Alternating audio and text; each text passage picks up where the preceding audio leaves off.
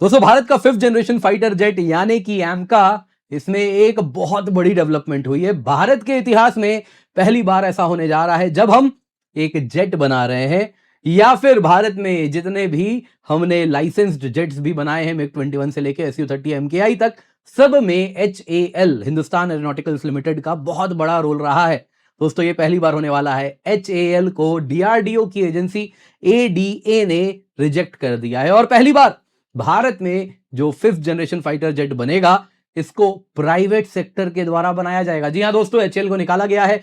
3 companies या consortium है जो कि प्राइवेट सेक्टर के द्वारा लेड है। और इसके साथ यदि आप देखें तो कहीं ना कहीं ये इसलिए किया गया है क्योंकि टाइमलाइंस बेहद इंपॉर्टेंट है।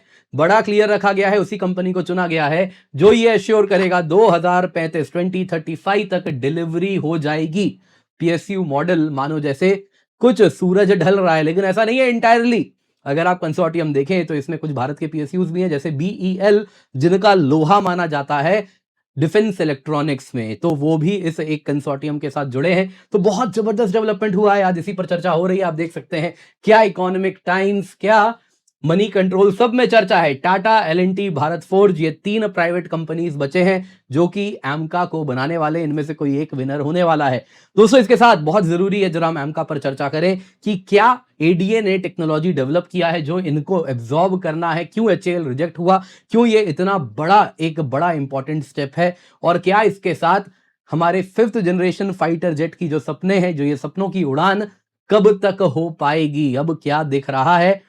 काफी अच्छी न्यूज है। क्या हो रहा है आइए जरा उस पर चर्चा करते हैं, पर इससे पहले आगे बढ़े आपसे निवेदन है, वीडियो लाइक करें, चैनल सब्सक्राइब करें, बेल आइकन अवश्य दबा दें, और साथ ही साथ अगर आप या आपके मित्रगण UPSC प्रीलिम्स देने वाले हैं तो आपके लिए टेस्ट सीरीज मिस करना मतलब कहीं ना कहीं अपने लिए मुसीबत को बुलाना होगा। तो आप वैसा ना करें, आपके लिए हम केवल 1999 रुपए में अनअकैडमी रिवीजन टेस्ट सीरीज लेकर के आए हैं, जिसमें 2500 से अधिक हाई क्वालिटी प्रीलिम्स क्वेश्चन है, 8 सब्जेक्ट वाइज ऑनलाइन टेस्ट है, 22 full length test with OMR है, जिसमें 11 GS 11 CSAT का टेस्ट होने वाला है। आपके घर पे हम क्वेश्चन पेपर OMR भिजवाते हैं, तो आप निश्चिंत होकर जुड़ सकते हैं।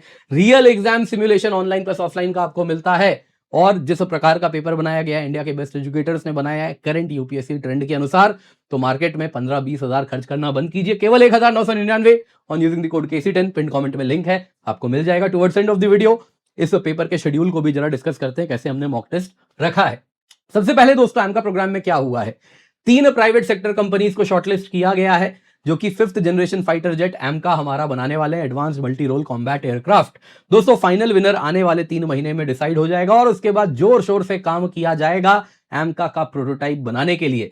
जी हाँ दोस्तों, अगर आप देखें तो एमका प्रोटोटाइप बनाने के लिए 15,000 करोड़ रुपए एलोकेट किए जाएंगे उस कंपनी को, जो कि इनिशियल ऑर्डर बना के देंगे, और एक बार एमका प्रोटोटाइप बनेगा फिर 120 जेट का ऑर्डर भी उनको मिलेगा। तो इसके लिए दोस्तों अगर आप देखें तो काफी जबरदस्त स्क्रूटिनी हुई टेक्निकल बिड्स की, 7 इंडियन एंटिटीज ने इसमें पार्टिसिपेट किया।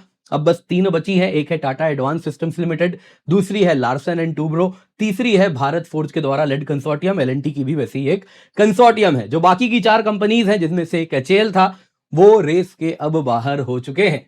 HAL को दोस्तों एक्सक्लूड किया गया।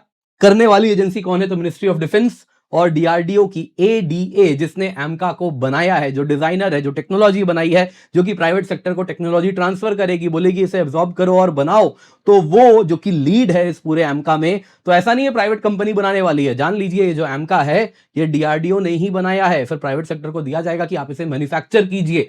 दोस्तों इसमें कंपनीज को चुनने के पहले देखा गया था कि क्या टेक्निकल एक्सपर्टीज है उस कंपनी की, इस प्रकार के एमका को बनाने के लिए जो डिजाइन और इंटीग्रेशन कैपेबिलिटीज चाहिए, कैसी मैन्युफैक्चरिंग कैपेबिलिटीज इस वक्त उनके पास है, क्या इंफ्रास्ट्रक्चर इस वक्त है, क्या डेवलपमेंट टेस्टिंग सर्टिफिकेशन में उनका एक्सपीरियंस है, कंपनी की फाइनेंशियल स्ट्रेंथ कैसी है, ऑर्डर बुक कैसा मैनेज कर रहे हैं, कितने ऑर्डर पेंडिंग हैं, क्या वो टाइम पे कर पाएंगे, ज्यादा डिले तो ना हो। इसके सिवा इस प्रकार का कॉम्प्लेक्स डिजाइन क्या वो कंपनी टेक्नोलॉजी एब्जॉर्ब कर पाएगी, तो इन सब के आधार पर चुना गया। और इसके बाद HAL एलिमिनेट हो गई। दोस्तों पहली बार हुआ है, जितने भी हमारे प्रीवियस फाइटर जेट प्रोग्राम्स हुए हैं, या वो भारतीय तेजस हो या फिर licensed production MiG 21 SU-30 MKI, सब के सब को HAL के द्वारा ही बनाया गया था। तेजस भी अगर आप देखें Mark 1 या Mark 2 की भी बात आप करें तो ये ADA ने बनाया, फिर HAL को कहा था कि तुम मैन्युफैक्चर करो, लेकिन मैन्युफैक्चरिंग डिले हो रहा है, और उसके बाद ADA का कुछ रुख इस पे बदला। दोस्तों यहाँ पे HAL के साथ सबसे बड़ी समस्या जो मीडिया में आया बताई गई, जो एडीए ने कहा कि आपका बहुत सारा आउटस्टैंडिंग ऑर्डर है, आप उसको डिलीवर करने में फोकस कीजिए, एमका नहीं तो डिले हो सकता है, ये डर था। इसके सिवा अन्य फैक्टर्स भी थे, टेक्निकल प्रोग्रेस, फाइनेंशियल मैट्रिक्स कैसी है कंपनी की, प्राइवेट प्लेयर्स ने ज्यादा अलाइनमेंट दिखाया, ज्यादा विलिंगनेस दिखाया कि वो प्रोग्राम के डिमांड्स के हिसाब से टाइमली इसे एग्जीक्यूट करेगी। दोस्तों यहाँ पे जो जो कंपनीज रिजेक्ट हुए हैं, HAL है, ये दो अन्य स्मॉल फर्म्स के साथ पार्टनर की थी, इनके साथ मैसिव ऑर्डर बुक के वजह से इनको ऑर्डर नहीं दिया गया। Adani defence and aerospace, MTAR technologies के साथ इसने पार्टिसिपेट किया था, इन्होंने टेक्निकल क्वालिफिकेशंस मीट नहीं किए। गुडलक इंडिया, ब्रह्मोस एरोस्पेस के साथ कोऑर्डिनेट किया था इन्होंने, इनके साथ टेक्निकल इवैल्यूएशन में ये क्वालिफाई नहीं किए। इसके सिवा एक अननेम्ड प्लेयर था, वो भी क्वालिफाई नहीं की। तो ये सारी कंपनीज रिजेक्ट हुई कुछ इन कारणों से। दोस्तों जो शॉर्टलिस्टेड कंपनीज है उनमें से एक है टाटा एडवांस सिस्टम्स लिमिटेड। ये इंडिपेंडेंट है, कोई कंसोर्टियम नहीं, अकेले इसका पूरा का पूरा एरोस्पेस इकोसिस्टम है। इसके पास बहुत जबरदस्त कहीं ना कहीं एक्सपर्टीज है, बोइंग के साथ, एयरबस के साथ कोलैबोरेट किया है, एवियोनिक्स इंटीग्रेशन में इनका लोहा माना जाता है। दूसरी है दोस्तों लार्सन एंड टूब्रो, ये भारत इलेक्ट्रॉनिक्स लिमिटेड जो कि एक PSU है, डायनामेटिक टेक्नोलॉजीज लिमिटेड के साथ मिलकर इन्होंने ज्वाइंट बिड किया था।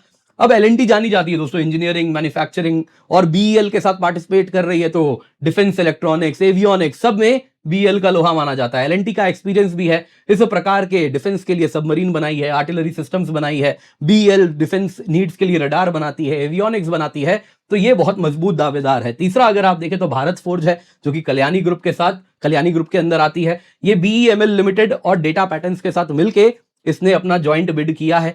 भारत फोर्ज दोस्तों फोर्जिंग के लिए जानी जाती है, मेटलर्जी के लिए जानी जाती है, डिफेंस कंपोनेंट्स बनाती है, वैसे ही BEML हैवी व्हीकल्स बनाती है, डेटा पैटर्न्स, इलेक्ट्रॉनिक्स जो डिफेंस की नीड्स है, टेस्टिंग है, उन सब के लिए जानी जाती है, तो ये भी बहुत प्रबल दावेदार है। और तीसरी तो टाटा है ही, जो कि पूरा इकोसिस्टम रखी है, तो तीनों के तीनों बड़े मजबूत प्लेयर्स हैं। HAL का रिजेक्शन बहुत बड़ी बात है। अब दोस्तों यहाँ पे कई लोग कहेंगे क्या भारत सरकार ने ये बनाया, क्योंकि श्रेय अक्सर दे दिया जाता है प्राइवेट सेक्टर ने बना दिया। तो एक बात आपको बताना चाहूंगा, जो हमारा 5th जनरेशन फाइटर जेट एमका है, पूरा डिजाइन इसका DRDO यानी कि एक ऑटोनोमस बॉडी है ADA, उसी ने इसको डिजाइन किया है, उसी ने इसे कंसेप्चुअलाइज किया है।